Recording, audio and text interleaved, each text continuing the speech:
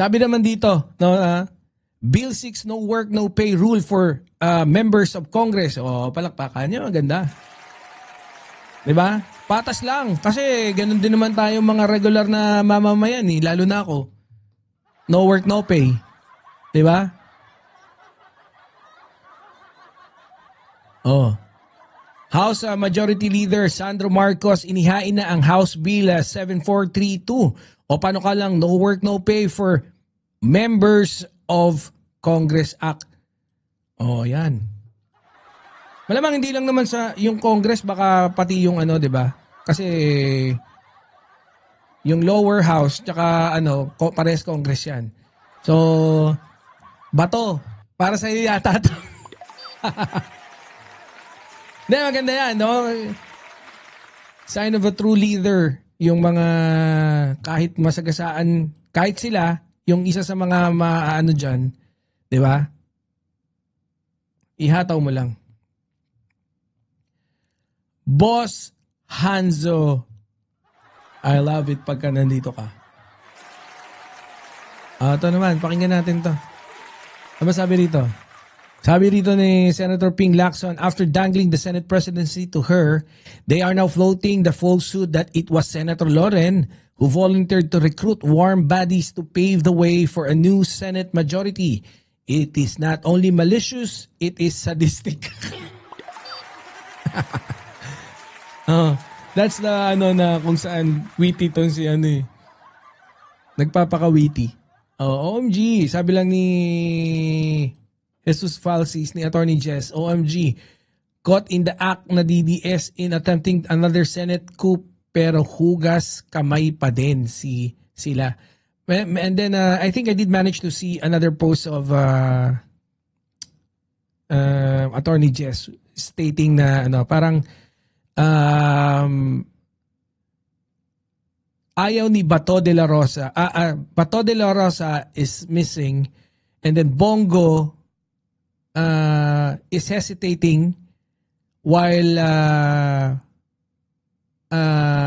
Robin Padilla is anxious, no? Or ganun din, hesitating din na magpalit, no? Ng Senate President, parang ayaw nila. Or rather, ayaw lang talaga nilang maging Senate President. si Superman ng nila. Kaya ayaw lang. Si Pulong at Sara din nag-report. Ipasa na yan. No work, no pay. Oo nga eh. Oo. Oy, Ma'am Malu. Ma'am Maria Lourdes Estrella. Shout out. Oh. Ito no. Tama naman pinapalaganap na ano nito. The impeachment complaint filed by the Makabayan Bloc isn't really about one big, shocking scandal. It's about the feeling of a lot of Filipino already have that. It's a feeling a lot of Filipinos already have. That under Bongbong Marcos, President yan, oy, Jerry, kung sino ka man. Corruption didn't just slip through the cracks. It settled and became a part of how things work.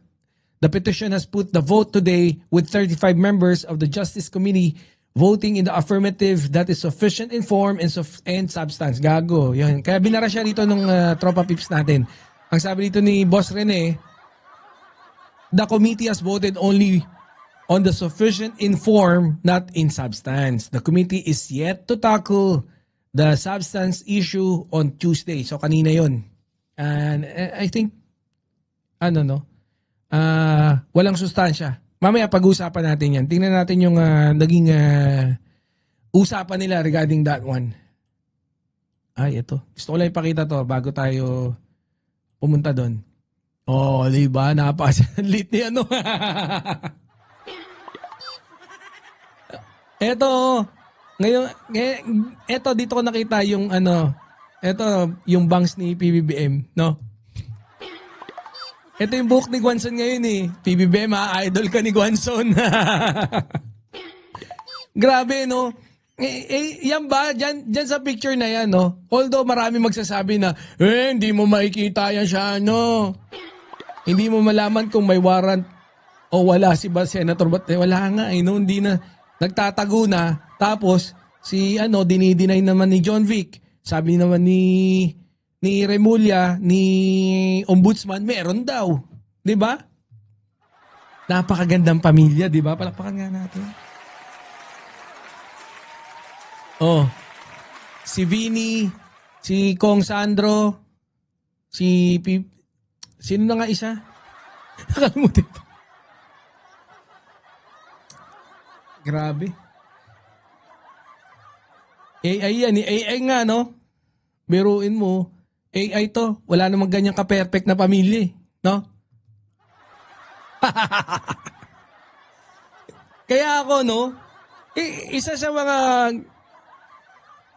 mga dahilan ko kung bakit, kasi kung bakit ko talaga idol si PBBM, tingnan mo yung pamilya nila.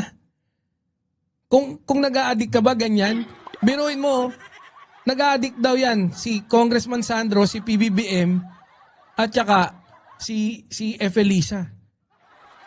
Anak ng toko.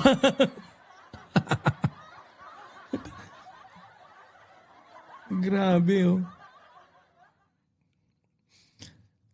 Oy, Boss Bini! Ay, meron akong pang transformer, eh. Nasaan na yung transformers ko?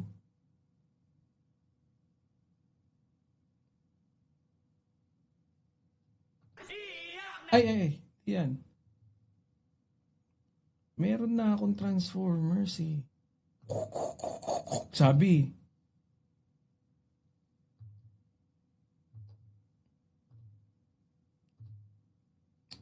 Sayang naman.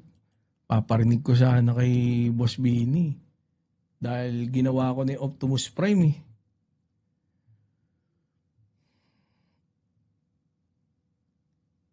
Ito. Autobots, transform and roll out!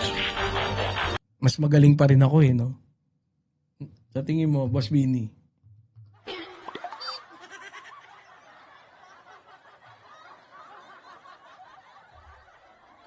Autobots, transform and roll out! Wala, mas magaling pa rin ako, no? Boss Bin, ano sa tingin mo?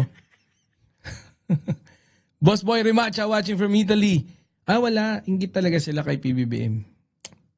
Anyways, punta na tayo dun sa ating mga mga main topic, kung meron nga ba. So, welcome. Happy Tuesday, everyone. And I think it's Wednesday now in the Philippines. So, tingnan natin.